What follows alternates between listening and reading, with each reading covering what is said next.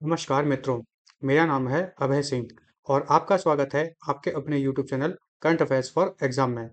चलिए आज दिनांक 21/8/2025 की प्रश्नावली शुरू करते हैं। इंडिया ब्लॉक के उपराष्ट्रपति के उम्मीदवार के रूप में हाल ही में किसे नामांकित किया गया है? आपके ऑप्शंस हैं B Sudarshan Reddy, M Acharyulu, S Nijjar, K Patel. इसका सही जवाब है बी सुदर्शन रेड्डी। हाल ही में इंडिया ब्लॉक के पूर्व सर्वोच्च न्यायालय के न्यायाधीश श्री बी सुदर्शन रेड्डी को नामांकित किया है उपराष्ट्रपति के चुनाव के लिए। उन्होंने सर्वोच्च न्यायालय के न्यायाधीश के रूप में कार्य किया है और उन्होंने यह जो न्यायाधीश का पद था यह 2007 से 2011 के बीच संभाला था। उन्होंने अनुच्छेद 14 और 21 के अवहेलना का उल्लंघन का हवाला देते हुए सलमा जुदुम को असंवैधानिक घोषित किया था। वे तेलंगाना में जन्मे हैं। वे बाद में 2013 में गोवा के पहले लोकायुक्त भी बने थे। तो हम बी सुदर्शन रेड्डी के बारे में जान लिए कि वह सुप्रीम कोर्ट के पहले जज, वो सुप्रीम कोर्ट के जज भी रह चुके हैं। साथ में उन्होंने सुप्रीम कोर्ट में जो जज का पद था वो 2007 से 2011 में संभाला था। अच्छा, वह तेलंगाना के में जन्मे हैं और 2013 में वह गोवा के लोकायुक्त भी रहे हैं। चलिए अगले प्रश्न पर आते हैं। कौन सा प्लेटफॉर्म भारतीय डाक की नई उन्नत डाक प्रौद्योगिकी प्रणाली को शक्ति प्रदान करता है? आपके ऑप्शंस हैं डिजिपिन, मेघराज, क्यूआर पे, बीएसएनएल नेट। इसका सही जवाब है मेघराज। भारतीय डाक का आईटी 2.0 सरकार के मेघराज 2.0 क्लाउड प्लेटफॉर्म पर चलता है। इसमें क्यूआर आधारित भुगतान, ओटीपी डिलीवरी और 10 अंकीय अल्फान्यूमेरिक डिजिपिन जैसी सुविधाएं हैं।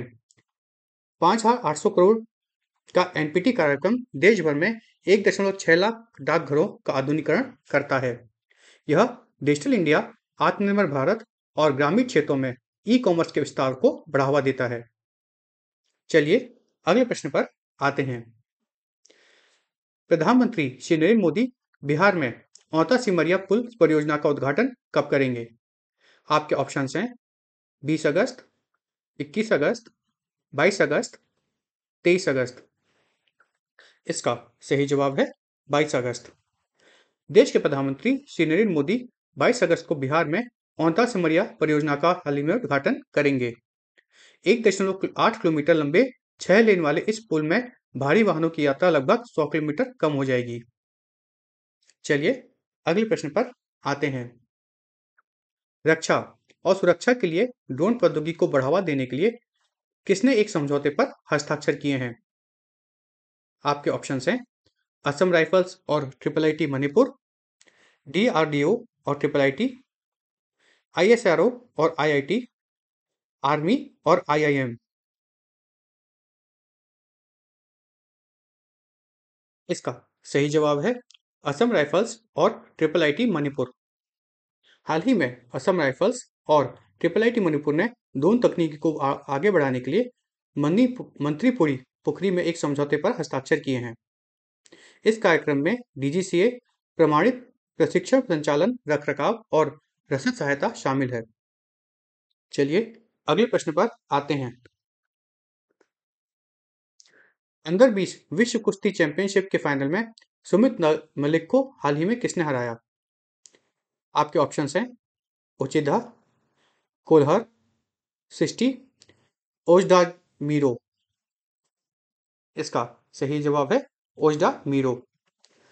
सुमित मलिक पुरुषों के 57 किलोग्राम भार वर्ग में के फाइनल में रूस के मागोमेज ओजडा मीरो से 5-8 से हाल ही में हार गए। चलिए अगले प्रश्न पर आते हैं। एशियाई निशानेबाज चैंपियनशिप में भारत के लिए तीसरा व्यक्तिगत स्वर्ण पदक किसने जीता है? आपके ऑप्शंस हैं अर्जुन सिंह चीमा, सौरभ चौधरी, रविंदर सिंह, रश्मिका सहगल। इसका सही जवाब है रश्मिका सहगल। रश्मिका सहगल ने जूनियर महिला एयर पिस्टल में 241.9 अंकों के साथ हाल ही में स्वर्ण पदक जीता है। फ्रेंड्स, ये नाम याद कर लीजिए, उसमें आ सकता है। मनु भाकर ने कांस्य पदक जीता है, जबकि रश्मिका ने वंशिका और मोहिनी के साथ मिलकर टीम स्वर्ण पदक भी जीता है। चलिए अगले प्रश्न पर आते हैं। किस स्पेनिश खिलाड़ी ने 2025 सिंसिनाटी ओपन पुरुष का एकल खिताब जीता है? आपके ऑप्शंस हैं Jannik Sinner, Carlos Alcaraz, Alexander Zverev, Taylor Fritz. इसका सही जवाब है कार्लोस अल्कराज। जेनिक सिनर के बीमार होने के बाद कार्लोस अल्कराज ने अपना पहला सिंसिनाटी ओपन खिताब जीता है। वह तीसरे स्पेनिश चैंपियनशिप बने हैं जिसने मास्टर्स 1000 में उनकी अपराजित श्रृंखला 17 तक पहुंच गई है। चलिए अगले प्रश्न पर आते हैं। भूटान में बॉडी बिल्डिंग की सफलता के लिए हिलंग याजिक को किसने बधाई दी?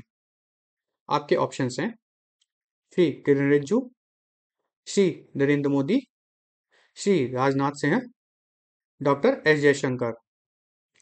इसका सही जवाब है श्री किरण रिजिजू।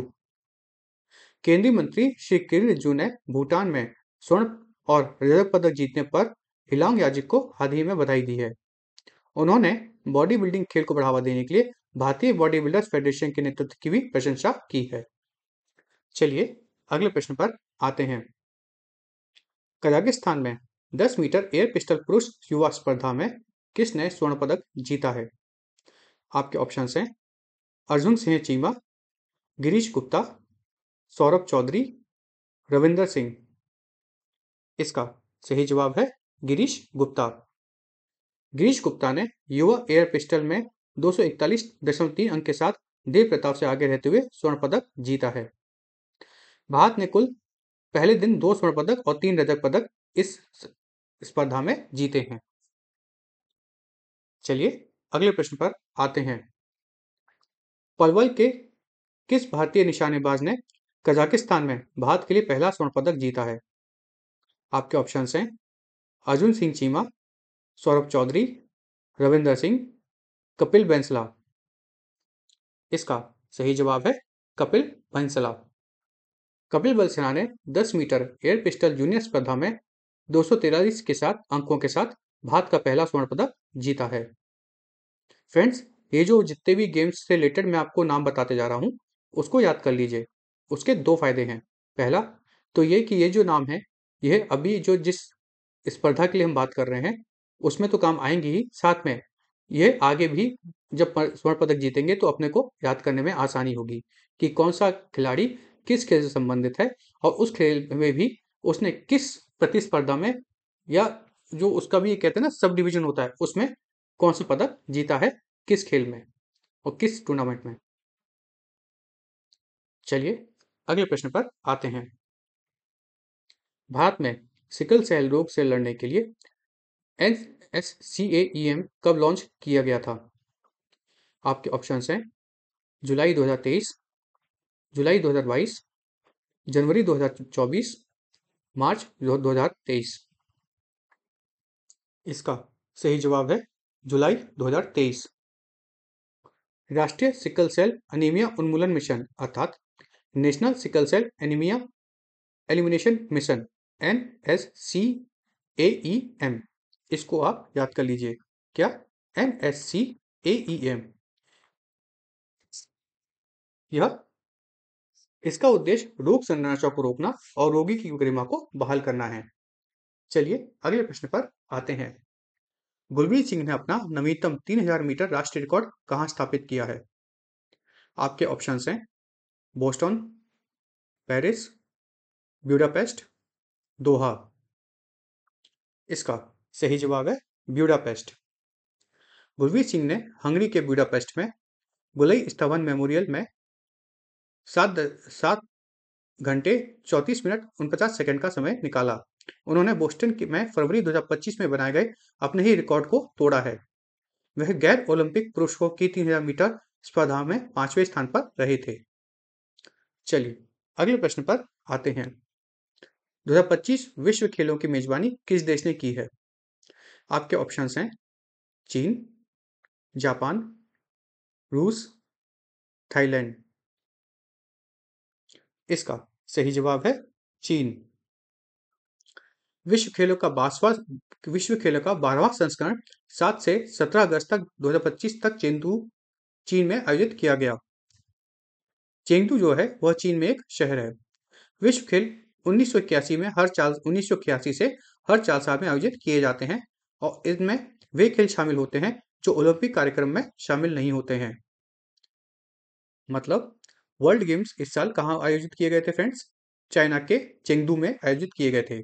कब से कब तक? 7 से 17 अगस्त तक। इसका ये कौन सा एडिशन था? तो इसका ये 12वां एडिशन था। ये पहली बार कब आयोजित किए गए थे? 1981 में आयोजित किए गए थे। और इसमें ये कब कब आयोजित किया जाता है? यह हर 4 साल के दौरान पर आयोजित किए जाते हैं। इसमें वो खेल शामिल होते हैं जो ओलंपिक खेलों में शामिल नहीं होते हैं। यहाँ से आपको बहुत सारे पॉइंट्स मिल गए हैं फ्रेंड्स। इन सारे पॉइंट्स को आप याद कर लीजिएगा। भारत की नम्रता ने चेंगडू विश्व खेलों में महिलाओं के 52 किलोग्राम फाइनल में रजत पदक जीता है। चलिए अगले प्रश्न पर आते हैं। हाल ही में किस अंतर्राष्ट्रीय निकाय ने भारत को सांख्यिकी क्षेत्र में सदस्य के रूप में चुना है? आपके ऑप्शंस हैं IMF, UNDP, UNSC, UN statistical commission. इसका सही जवाब है UN स्टैटिस्टिकल कमीशन। भारत को संयुक्त राष्ट्र सांख्यिकी आयोग अर्थात यूनाइटेड नेशंस स्टैटिस्टिकल कमीशन का सदस्य चुना गया है। इसको आप याद कर लीजिए। किसका? यूनाइटेड नेशंस स्टैटिस्टिकल कमीशन का मेंबर हाल ही में भारत को चुना गया है। यह घोषणा नई दिल्ली में सांख्यिकी एवं कार्यक्रम कार्यान्वयन मंत्रालय की तीसरी संविधिकरण सह समीक्षा बैठक के दौरान की गई थी। नीति आयोग के CEO ने डेटा आधारित निर्णय लेने और सांख्यिकी सर्वोत्तम प्रथाओं के अंतर हस्तांतरण पर जोर दिया है। संयुक्त राष्ट्र सांख्यिकी आयोग अंतर्राष्ट्रीय सांख्यिकी गतिविधियों के लिए सर्वोच्च निकाय है।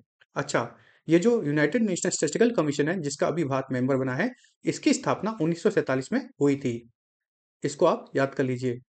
यह संयुक्त राष्ट्र की आर्थिक और सामाजिक परिषद अर्थात United nation economic and social council ECOSCOC का एक कार्यात्मक आयोग है। संयुक्त राष्ट्र सुरक्षा परिषद सांख्यिकी मानक निर्धारित करें, सांख्यिकी अवधारणाओं और विधियों को विकसित करने और राष्ट्रीय सांख्यिकी प्रणालियों के विकास को बढ़ावा देने के लिए जिम्मेदार है। इसमें 24 मेंबर होते हैं जिन्हें हर 4 साल के लिए चुना जाता है। चलिए अगले प्रश्न पर आते हैं। भारत प्रतिवर्ष किस तिथि को विभाजन विभीषिका स्मृति के दिवस के रूप में मनाता है? आपके ऑप्शंस हैं 13 अगस्त, 14 अगस्त, 15 अगस्त, 16 अगस्त। इसका सही जवाब है 14 अगस्त। भारत 2021 से हर साल 14 अगस्त को विभाजन विभीषिका स्मृति दिवस के रूप में मनाता है, अर्थात पार्टीशन हॉरर्स रिमेम्बरेंस डे। इसको याद कर लीजिए फ्रेंड्स। कब से मनाया जा रहा है ये? 2021 से मनाया जा रहा है। यह 1947 के विभाजन की हिंसा और विस्थापना के पीड़ितों और बचे लोगों को सम्मानित करता है। सरकार ने 2021 में 14 अगस्त को इस दिन के रूप में मनाने की घोषणा की थी। चलिए अगले प्रश्न पर आते हैं। आपातकाल के दौरान 6 महीने से अधिक समय तक जेल में बंद राजनीतिक कैदियों के लिए नई मासिक पेंशन क्या है? आपके ऑप्शंस हैं 15,000 रुपए, 20,000 रुपए, 25,000 रुपए, 30,000 रुपए। इसका सही जवाब है 30,000 रुपए। बिहार सरकार ने आपातकाल के दौरान जेल गए जयप्रकाश आंदोलन के सेनानियों की पेंशन में वृद्धि की घोषणा की है। 5 जून 2025 को जयप्रकाश नारायण के संपूर्ण क्रांति के आह्वान की 91वीं वर्षगांठ मनाई गई थी। पहले जो ये पेंशन 15,000 रुपए थी, इसको बढ़ाकर अब 30,000 रुपए कर दिया गया है। स्वतंत्रता सैनिक सम्मान पेंशन योजना 1972 में स्वतंत्रता सेनानी पेंशन योजना के रूप में शुरू की गई थी। बाद में अगस्त 1980 में इसका नाम बदलकर उदारीकरण कर दिया गया था। चलिए अगले प्रश्न पर आते हैं। भारत ने किस वर्ष पुनः राष्ट्रमंडल खेलों की मेजबानी के लिए बोली लगाई है? आपके ऑप्शंस हैं 2028, 2029, 2030, 2031? इसका सही जवाब है 2030। भारत ने 2030 में होने वाले राष्ट्रमंडल खेलों की मेजबानी के लिए बोली लगाई है, जो दिल्ली 2010 के 20 साल पूरे होने का प्रतीक है। इससे पहले भारत में राष्ट्रमंडल खेल दिल्ली में हुए थे 2010 में, और तब से 2030 के लिए भारत ने बोली लगाई है। आईओए ने दिल्ली में अपनी विशेष आम बैठक में इस बोली को मंजूरी दी है। चलिए अगले प्रश्न पर आते हैं। निम्नलिखित में से किस देश ने हाल ही में निर्यात सहायता योजना शुरू की है? आपके ऑप्शंस हैं ब्राजील, चाइना, मेक्सिको, कनाडा। इसका सही जवाब है ब्राजील। ब्राजील ने अमेरिका द्वारा लगाए गए 50% टैरिफ से प्रभावित निर्यातकों अर्थात एक्सपोर्ट की मदद के लिए सॉवरेन ब्राजील नामक एक निर्यात सहायता योजना शुरू की है। इस योजना में $5.5 बिलियन की किफायती ऋण पैकेज, कर में छूट और अन्य उपाय शामिल हैं, जिनमें छोटे व्यवसायों और शीघ्र खराब होने वाले खाद्य पदार्थों का व्यापार करने को प्राथमिकता मिलेगी। इसमें $5.56 बिलियन के ऋण, कर छूट और सार्वजनिक खरीद शामिल है। फ्रेंड्स, यहाँ मैं आपको बताना चाहूँगा कि यूएसए ने जो 50% टैरिफ का घोषणा की है, उसमें ब्राज़ील और भारत का नंबर आता है, जिन पे सबसे ज़्यादा अधिक टैरिफ की घोषणा की गई है। ब्राज़ील ने इस चीज़ से लड़ने के लिए इस ऋण पैकेज को मंजूरी दी है। और ये ऋण पैकेज कितने उसका है? यह $5.5 बिलियन का है, जो कि बहुत बड़ा अमाउंट होता है। चलिए अगले प्रश्न पर आते हैं। दुबई हवाई अड्डा पर कौन सी नई पहल एआई संचालित आवेदन मंजूरी को अनुमति दी गई है? आपके ऑप्शंस हैं smart tunnel, AI corridor, travel pod, E gate.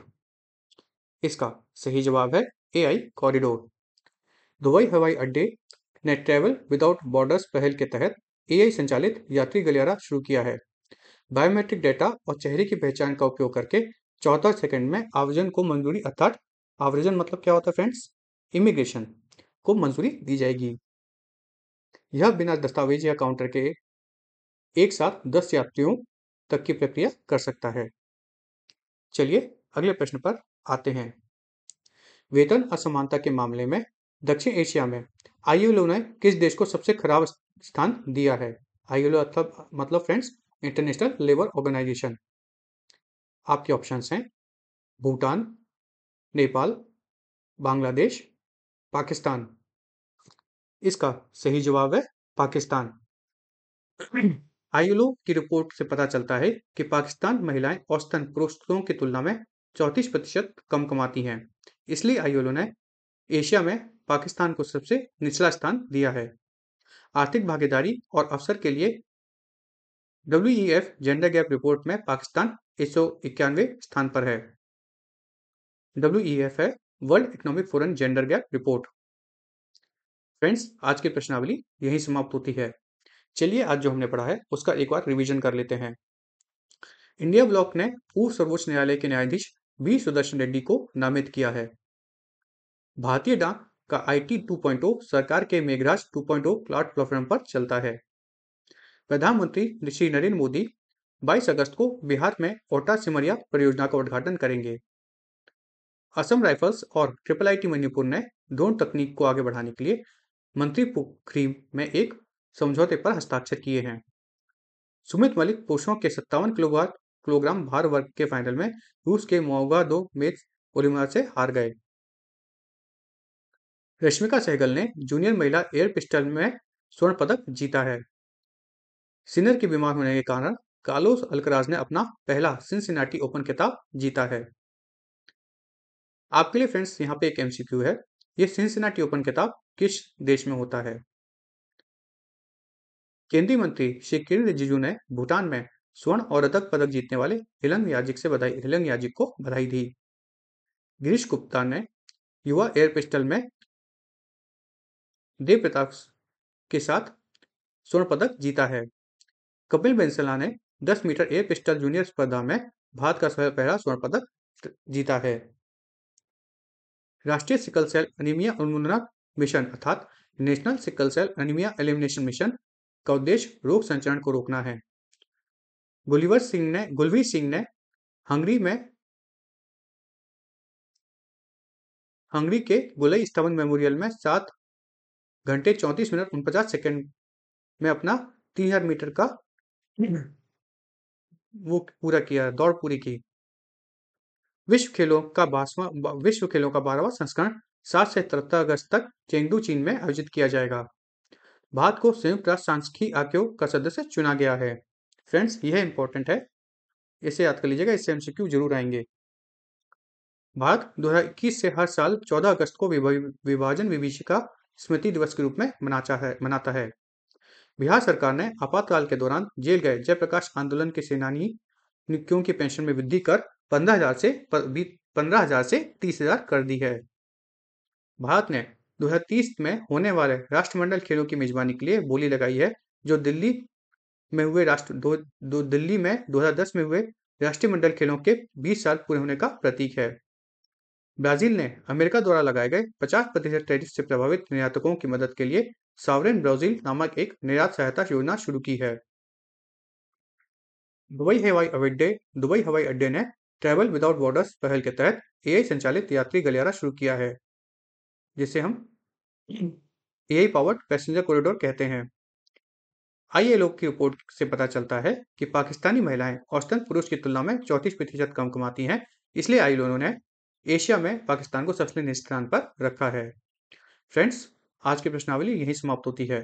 आपको हमारी प्रश्नावली कैसे लगी, कमेंट करके बताइएगा तथा लाइक एवं सब्सक्राइब अवश्य कीजिएगा तथा इस प्रश्नावली से अगर आपको लाभ मिला है तो अपने फ्रेंड्स के साथ जरूर शेयर कीजिएगा। जय माता दी, जय भारत।